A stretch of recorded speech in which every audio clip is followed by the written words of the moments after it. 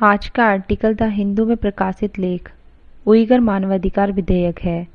आइए जानते हैं कि यह चर्चा में क्यों है। हाल ही में अमेरिका के प्रतिनिधि सभा ने उइगर मानवाधिकार विधेयक को मंजूरी दी है। विधेयक में ट्रंप प्रशासन से चीन के उन शीर्ष अधिकारियों को दंडित करने की मांग की गई है जिनके द्वारा अल्पसंख्यक मुसलमानों को हिरासत में रखा गया है। चलिए इससे संबंधित मुख्य बिंदु जानते हैं। विधेयक के अनुसार अमेरिकी राष्ट्रपति को चीन में मुसलमानों के खिलाफ होने वाली अपराध की निंदा करनी होगी तथा जिनजियांग प्रांत के उत्तर पश्चिमी क्षेत्र में शिविरों को बंद करने की अपील करनी होगी। यह विधेयक वरिष्ठ चीनी अधिकारियों, जिनमें शिनजियांग कम्युनिस्ट पार्टी के सचिव आदि शामिल हैं, के खिलाफ प्रतिबंधों का आह्वान करता है। ये विधेयक में शामिल अन्य प्रावधानों को जानते हैं। इस विधेयक के अनुसार अमेरिका के राज्य सचिव को शिनजियांग प्रांत में पुनः शिक्षा और जबरन श्रम शिविरों में रखे गए लोगों की संख्या की जानकारी देनी होगी।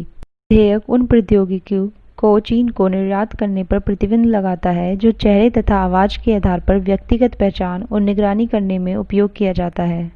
आइए जानते हैं कि उइगर मुस्लिम कौन है। उइगर मुस्लिम चीन के शिनजियांग प्रांत में निवास करने वाले अल्पसंख्यक हैं। चीन के शिनजियांग प्रांत में इनकी जनसंख्या तकरीबन 40% है। संयुक्त राष्ट्र के अनुसार कम से कम 1 मिलियन उइगर मुस्लिम और अन्य अल्पसंख्यक समूहों को शिनजियांग प्रांत के शिविरों में नजरबंद रखा गया है। चलिए अब जानते हैं कि चीन द्वारा अपना क्या पक्ष रखा गया है। चीनी सरकार ने लगातार दावा किया है कि शिनजियांग प्रांत के शिविरों में लोगों को स्वैच्छिक शिक्षा और व्यावसायिक प्रशिक्षण प्रदान कर रहा है। चीन ने उइगरों तथा अन्य अल्पसंख्यकों के साथ दुर्व्यवहार संबंधी घटनाओं से इनकार किया है। चीन के अनुसार वह उइगरों तथा अन्य अल्पसंख्यकों को इस्लामी चरमपंथ तथा अलगाव से बाहर लाने के लिए उन्हें व्यावसायिक प्रशिक्षण दे रहा है। चलिए अब अमेरिका द्वारा रखे गए पक्ष को जानते हैं। अमेरिका का मानना है कि शिनजियांग में आधुनिक नज़रबंदी के शिविर हैं जहां होलोकॉस्ट के बाद इतने बड़े स्तर पर लोगों का दमन किया जा रहा है।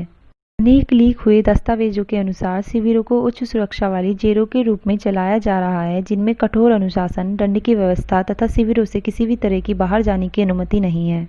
ये भारत के हित के बारे में जानते हैं। अनेक मुस्लिम बहुसंख्यक देशों का मानना है कि भारत चीन की मुस्लिम अल्पसंख्यक नीति का खुलकर विरोध नहीं करता है क्योंकि भारत खुद कश्मीर जैसे क्षेत्रों में अल्पसंख्यकों के खिलाफ कठोर नीति को बढ़ावा दे रहा है।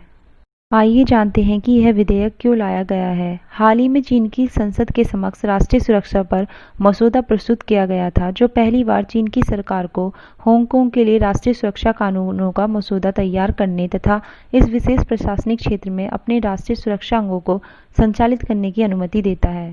चीन के इस मसौदे को प्रस्तुत करने के बाद अमेरिकी संसद द्वारा हांगकांग में सरकार के खिलाफ विरोध प्रदर्शन को समर्थन देने वाले कानून को पेश किया गया। अमेरिकी संसद में हांगकांग प्रदर्शन के समर्थन देने वाले कानून को पेश करने के बाद चीन ने प्रतिक्रिया में कहा था कि अमेरिकी सैन्य जहाज़ों और विमानों को हांगकांग जाने की अनुमति नहीं दी जाएगी। साथ ही अमेरिका के कई गैर सरकारी संगठनों के खिलाफ प्रतिबंधों की घोषणा भी की गई। चलिए आगे की राह के बारे में जानते हैं। विधेयक पर अभी सीनेट के अनुमोदन की आवश्यकता है जिसके बाद इसे राष्ट्रपति के पास अनुमोदन के लिए भेजा जाएगा जहां राष्ट्रपति ट्रंप पर हस्ताक्षर अथवा वीटो कर सकते हैं। राष्ट्रपति को 120 दिनों के भीतर जिम्मेदार अधिकारियों की सूची बनाकर उन पर कार्यवाही करनी होगी। उइगर मानवाधिकार विधेयक बिल के पारित होने के बाद चीन और अधिक मजबूत प्रतिक्रिया कर सकता है जिससे अमेरिका और चीन के मध्य विवाद और अधिक गहरा सकता है। आज का आर्टिकल यहीं समाप्त होता है। धन्यवाद।